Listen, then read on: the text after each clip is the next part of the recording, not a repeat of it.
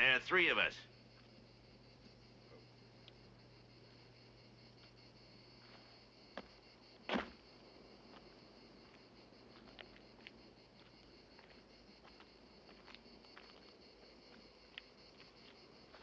Hey, amigo, you know you've got a face beautiful enough to be worth $2,000? Yeah. But you don't look like the one who'll collect it.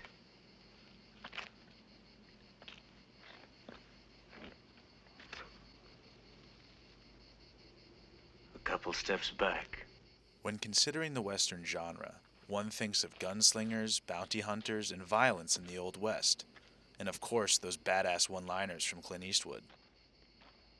Some of my favorite films as a kid were classic westerns like The Good, the Bad, and the Ugly, the archetypal story of good versus evil in the Wild West, where the protagonist's moral behavior is only tractable when compared to the villainous attributes of the antagonist.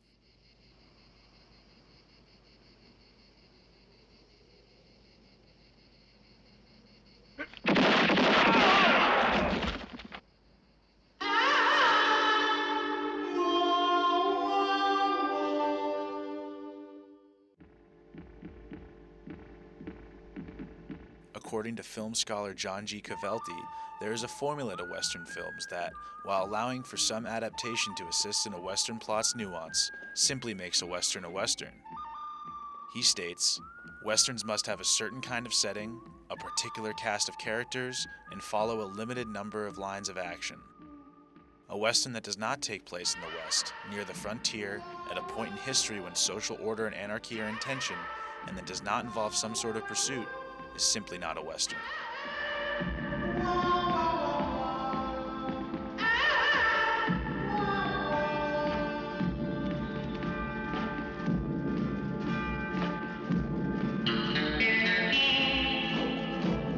So, what happens when you take the characteristics of a Western, as they are exemplified by Sergio Leone's The Good, the Bad, and the Ugly, and outlined by John Cavelti, and plant them in modern times? The easy answer would be that you get a film like Joel and Ethan Coen's No Country for Old Men. While set in the 1980s, it takes place in the West, specifically in Border Town, USA, where the drug war is raging, and follows a set of characters whose motivations include greed, justice, escape, and wrongdoing. I guess, in many ways, besides automatic weapons, automobiles, and tracking devices, this film could be classified as a Western. The opening shots of the film, which are just a collage of a sunrise in the South Texan desert, display its Western characteristics. As the plot develops and we are introduced to the good, the bad, and the ugly of this film, this becomes clearer. However, No Country for Old Men's modern ambiance cannot simply be ignored. In fact, it must be interpreted and its effects must be analyzed to fully understand how the neo and neo-Western transforms this film away from a classic counterpart. In particular, how modernity affects the Western's morality in No Country for Old Men.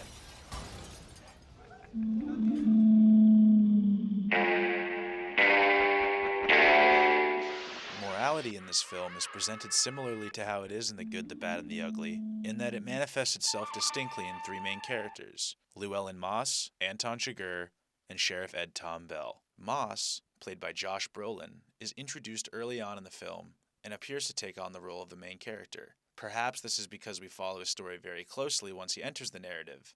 However, I am more of the mindset that his characteristics as a common man make it easier to associate and sympathize with him, thus making him seem the most significant.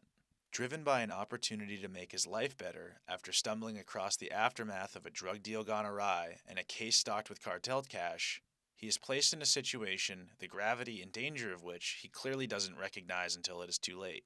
In fact, it is an act of morality to help a dying man that gets a target placed on his back, which expresses further the shared morality between Moss and the audience.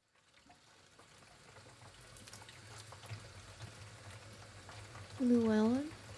Yeah, What are you doing, baby? I'm going out. Going where? Well, something I forgot to do, but I'll be back. What are you gonna do? fixing to do something dumber than hell, but I'm going anyway. While his resourcefulness Okay. keeps him alive for some time, shells? his greed, a trope of the common man, perpetually draws him closer to his fate. Although his experiences leading up to his final moments show him how dangerous his efforts to take the money and run are, he still becomes complacent and it gets him killed. What else then? Just looking for what's coming. Yeah, but no one ever sees that. Beer. That's what's coming. I'll bring the ice chest out here. You can stay married. No, ma'am, I know what beer leads to. Bear leads to more bear. Javier Bardem's character, Anton Chigurh, on the other hand, is seemingly inhuman as he tracks down Llewellyn and leaves a trail of blood in his wake.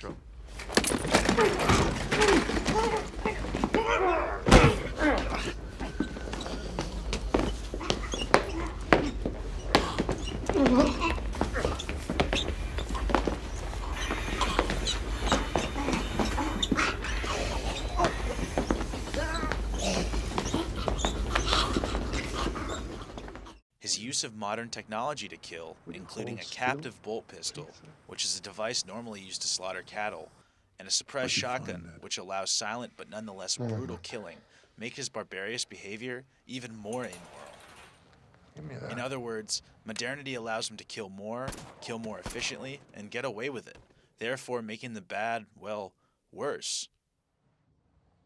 This cycle of murder, sped up by modernity, pushes him to a point where a person's life can be determined by something as simple as a coin toss. What's the most you ever lost on a coin toss? Sir? The most you ever lost on a coin toss? I don't know. I couldn't say. Call it. Call it. Yes.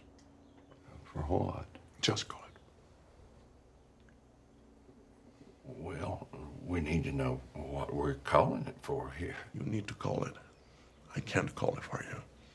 Well, it wouldn't be fair. I didn't put nothing up. Yes, you did. You've been putting it up your whole life. You just didn't know it. You know what date is on this coin? No. 1958. It's been traveling 22 years to get here. And now it's here. And it's either heads or tails. Sheriff Bell, played by Tommy Lee Jones, is the most respectable character in that he represents the law and reason. Well, he must be. So when was he here, Sheriff? I don't know. Oh. Now that's aggravating. Sheriff? I'm still sweating. Oh, Sheriff! We just missed him! We gotta circulate this on radio. All right. Well, what do we circulate? Looking for a man who has recently drunk milk. However, it is also important to mention that he doesn't exactly reflect the modern setting of the film. Gallantly donning his cowboy hat while on horseback, he embodies the hero marshal of the Old West town. Belongs to a fella named Miles. Unfortunately, in the case of this film, his Old West characterization is simply part of his comfort zone and makes him flawed. This is not to say he is incapable as a sheriff in his town or any less moral, but what it does mean is that he is weak in comparison to the evil modernity has created, Anton Chigurh.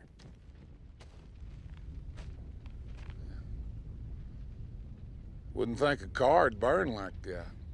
Yes, sir. It appears that he is unable to comprehend the way in which modernity has allowed evil in the world to evolve. Well, Wendell, with all due respect, that don't make a lot of sense. An attribute that is even hinted at in his anecdote at the beginning of the film. There's this boy I sent to the electric chair at Huntsville here a while back. My arrest and my testimony. He killed a 14-year-old girl. Papers said it was a crime of passion, but he told me there wasn't any passion to it. Told me that he'd been planning to kill somebody for about as long as he could remember. Said if they turned him out, he'd do it again. Said he knew he was going to hell. Be there in about 15 minutes. I don't know what to make of that. I surely don't.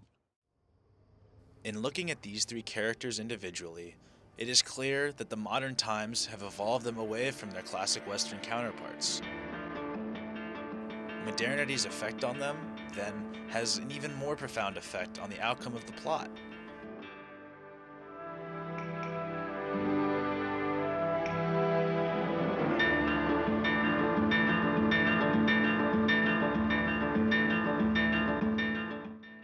The expectations for the conclusion in the classic Western would be the end of the chase and the victory of good over bad.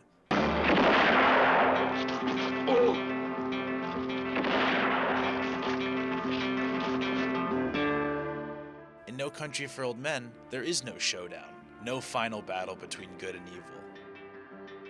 As Sheriff Bell tries to cope with the changes occurring around him, he finds that times have changed far beyond what he can fathom.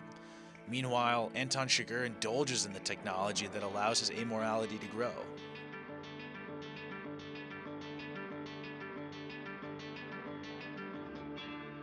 The chase does not end, but rather dissipates, when the only character the audience can truly identify with, Llewellyn Moss, is killed, Sheriff Ed Tom Bell surrenders, and Anton Chigurh walks away.